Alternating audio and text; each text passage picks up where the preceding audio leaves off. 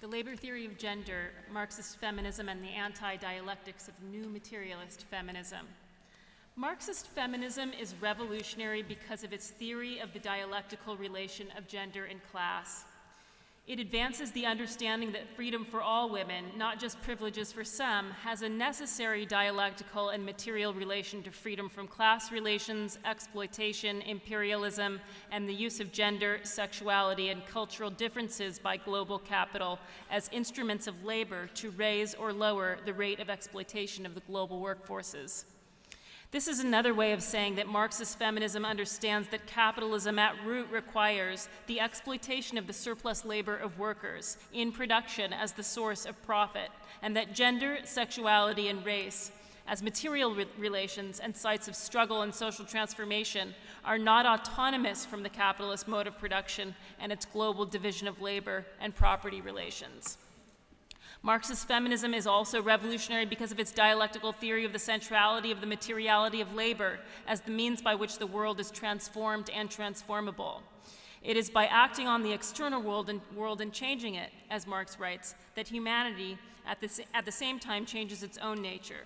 In grasping the revolutionary potential of labor, Marxist feminism not only advances a revolutionary critique that uncovers the historical and social basis of the relation of gender to exploitation, it also explains why ending the exploitation of labor by capitalism is the necessary material basis for the collective transformation of human society from the accumulation of profit to the meeting of the needs of all. Contrary to Marxist feminism, the bourgeois feminisms that have emerged— Think of the translations? Yeah. Oh, yes. I'm so sorry. Yes, I'm sorry. I'm jet-lagged. I'm tired. I'm sorry. I should be slower. I'm very sorry. Thank you.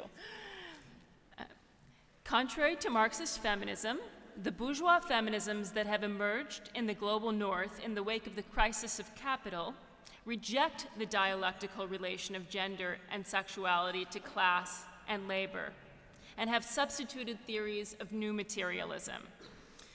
For new materialism, the main problem and source of contemporary crisis, from economic to ecological, is anthropocentrism, which posits the centrality of the human as ontologically central to material reality and life. In this view, what is needed for feminist analysis in the 21st century is a monistic ontology of life itself. Rooted in the vitalist and monist theories of Spinoza and Bergson, this view understands life and matter to be constituted by an errant élan vital, an irreducible, capricious, and radical alterity which is said to form the ontological basis of resistance in the global age. For example, in her book, The Posthuman, Rosie Braidotti, whose writings have quickly become part of the canon of new materialism, argues for re-understanding the material reality of life in terms of a monistic universe, which she explains means that matter, the world, and humans are not dualistic entities structured according to principles of internal or external opposition. One of the central targets of new materialism is a rejection of the development of dialectical and historical materialist feminist critique of capitalism. According to new materialism, dialectical materialist analysis is a method of analysis that perpetuates violent binary oppositions. In other words, for new materialism, dialectical processes are not material processes, they are epistemological paradigms, artifacts of human knowledge and anthropocentrism, which obscure the diffuse, amorphous, radically contingent, and imminent material reality of which we are composed. New materialist feminism therefore claims to overcome dialectical oppositions by engendering non-dialectical understandings of materialism, that it is claimed results in relocating differences outside of the dialectical scheme as a complex process of differing. Non-dialectical materialism stresses what Jane Bennett contends is the lively and self-organizing, autopoietic and self-generating, impulsive and affective force of matter in all of its forms. One of the implications of this view of autopoietic matter is that along with the rejection of dialectics, new materialism rejects an analysis and critique of the role of labor and the relationship of gender and the social relations of production in which labor is exploited. According to new materialist feminists, Marxist feminism and its dialectic of gender and class and understanding of the revolutionary potential of labor is just another expression of human instrumentality. Instead, material contradictions of gender, sexuality, race, and class are conceived as Deleuzian assemblages devoid of labor and constituted by what Elizabeth Grosz calls the precarious, accidental, contingent, expedient, striving, dynamic status of life in a messy, complicated, resistant, brute world of materiality. In contrast, I argue that new materialist feminism does not traverse binaries. Rather, it places production for profit, exploitation, and the material contradictions these give rise to in ideological suspension. The so-called new ontology of life is an ideological paradigm that bypasses material relations of exploitation. More specifically, the dialectical relation of life, gender, sexuality, and reproduction to what Marx calls the ensemble of social relations of production. New materialism offers a dehistoricized concept of life that addresses the material contradictions of life in capitalism, not through analysis of social structures which aim toward transformation, but through raising these contradictions to a new metaphysical level of abstraction. In the figure of Deleuzian assemblages, differences are collapsed into singularities without determination. All things are at once equally their own autonomous actin and outside of a structure of determination, of cause and effect, and of freedom and necessity. Everything is equally different, such that there can be no determination or distinction made between a person and an object, a cause and an effect, exploiters and exploited. In such a view, material contradictions of gender, sexuality, race, and class are collapsed into a post-dialectical ontology, in which all are equally complicit in the inequalities generated within and beyond society, regardless of one's position in the division of labor. New materialism is an ideological articulation of commodity production and exchange relations which inverts its own historical conditions of possibility in human, historical, and social relations by representing the logic of exchange as an ontological condition of life as such. It is an articulation of the ideology of exchange writ large as a new metaphysics and ontological basis of being.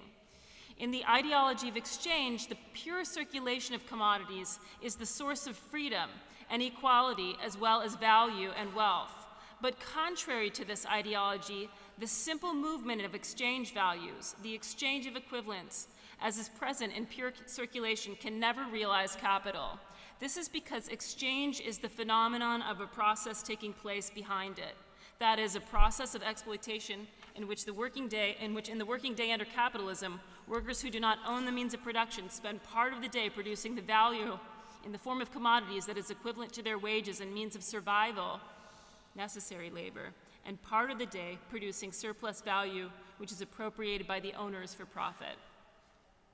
New materialist feminism is the expression of global capitalism in which the capitalist ideology of boundless productivity without labor, the ideology of exchange, is mapped onto nature in the form of the unrestrainable life force of Bergson's Elan Vital. It depicts a world in which value is generated through the capture of the excessive energy generated through contingent assemblages and immaterial flows of life. In seeking to free all life from oppressive restrictions, new materialist feminism erases the exploitation of labor as the cause of the social, environmental, financial, and other phenomenal crises of capitalism. On these terms, the crisis of capitalism and the forced adjustment of the lives of millions of women to the dictates of production for profit is explained as the effect of an ontological condition of life as such, or as Laurent Berlant claims, we are all contingent beings and life proceeds without guarantees. Along similar lines, Claire Colebrook claims what is absolute is contingency. Crises that have historical and social causes in the material contradictions of capitalism, in the declining rate of profit, and the forcible extraction of social wealth from workers to stave off these declines, are dehistoricized. Or in Bredotti's terms, it is a vital life force that is unpredictable and precarious. Life, Bredotti argues, can be a threatening force as well as a generative one. Social crises and contradiction in this view are ontological conditions of life, of the capricious life of Zoe as such, They are expressions of life's unpredictability and infinite possibilities. What we need, according to Braidati, is to embrace the exuberance of Zoe over the so-called negativity of dialectical materialist critique. Braidati represents dialectical contradiction, negation, as a matter of affect and attitude. Dialectics is, according to Braidati, negative, by which she means pessimistic, and what is needed, according to her argument, is a monistic, life-affirming positivity and the absence of any reference to negativity and to violent dialectical oppositions. This is a way of ideologically marking oppositional and revolutionary critique aimed at social transformation of material contradictions as too negative, and in this view, what is needed is a more positive and optimistic view of life. But the absence of reference to violent dialectical oppositions is not to do away with binaries, it is to suppress from social theory the development of explanatory critique of material contradictions and therefore to prevent more effective collective transformation of them. This is because, contrary to the frame provided by new materialism, cultural binaries of sexualization, racialization are the effect of material contradictions in the social division of labor. In her book, Myths of Male Dominance, Eleanor Burke Leacock demonstrates that the sexual division of labor itself is not the product of ontological or existential conditions of life, nor is it the product of permutations of oppositions projected by the human mind, as in Hegel's dialectical idealism. Rather, it is the effect of developments in the historical conditions and material relations among people as they work under different constraints, produce and reproduce themselves.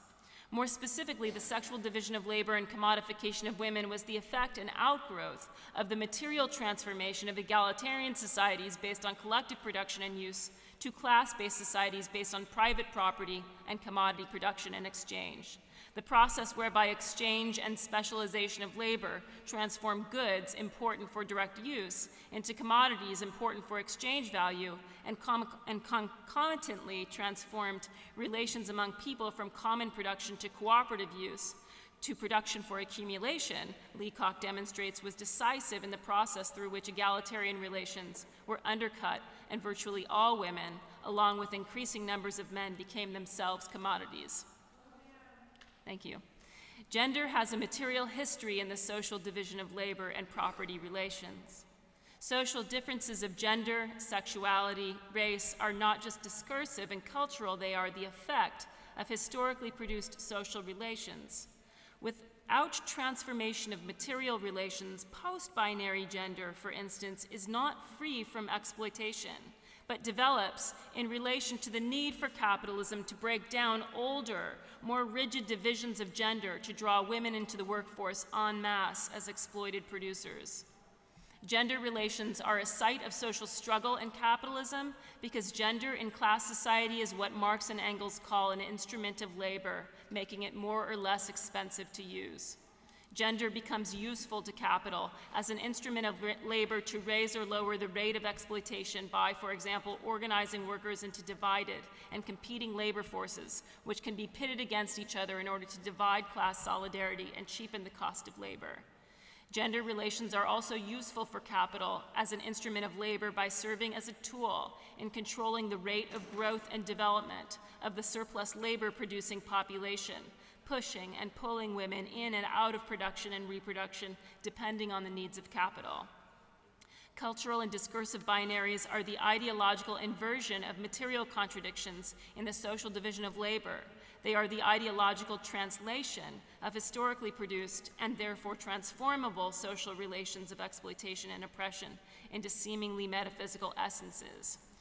Rather than assume material contradictions as eternal, historical materialist dialectics inquires into the historical conditions that produce and bring about material contradictions, such as the sexual division of labor, as well as the development of material conditions which can lead to their collective transformation.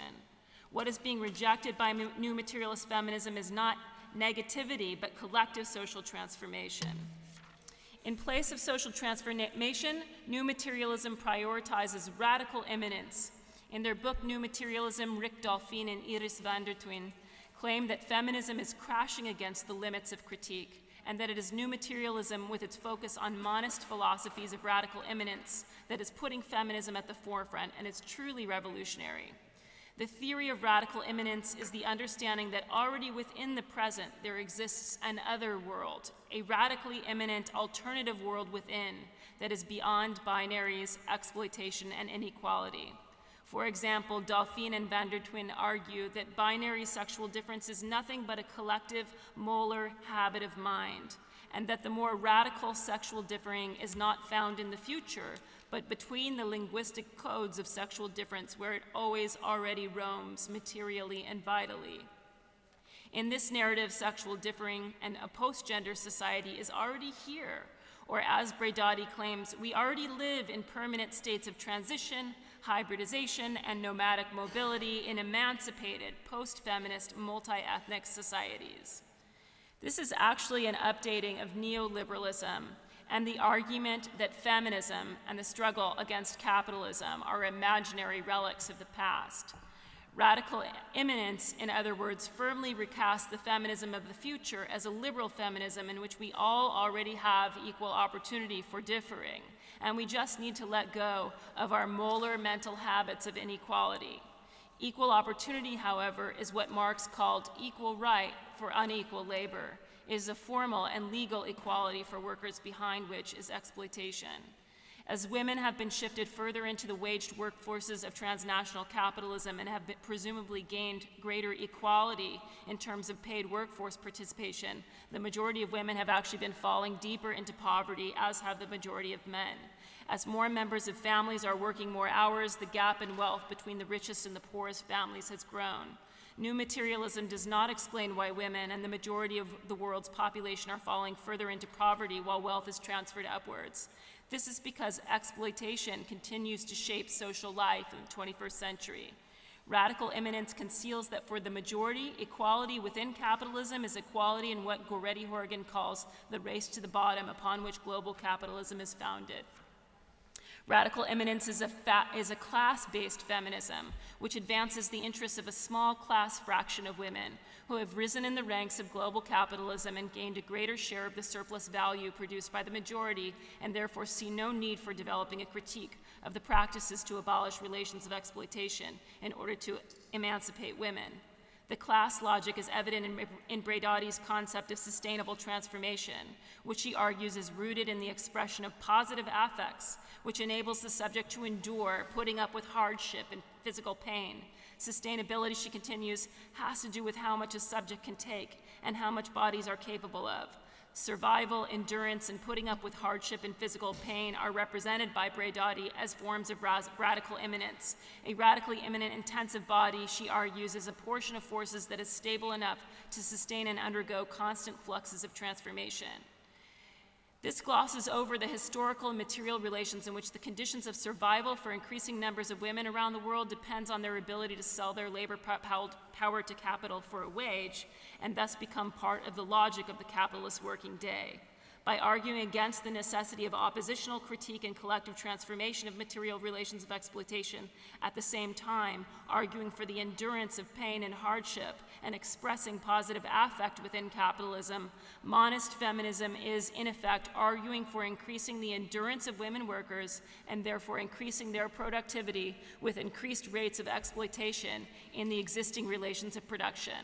This is an austerity feminism that preaches on behalf of capital to the exploited women of the global workforces to get by on less, endure more, survive, and maintain a positive attitude under conditions of increased exploitation instead of working to struggle for social critique and transformation. Conditions of dire need that are the effect of structural contradictions of capitalism are then presented as positions of creative radical alterity. Precarious existence is not solely a negative phenomenon, so it goes because it gives space to women's creativity. Such theories ideologically translate increased exploitation and the exigencies of austerity and capitalism in crisis into a new spiritual sublime. What is needed to reactivate feminist critique, by contrast, is historical and dialectical materialist critique. Thank you very much. Sorry about the speed. I'm really sorry.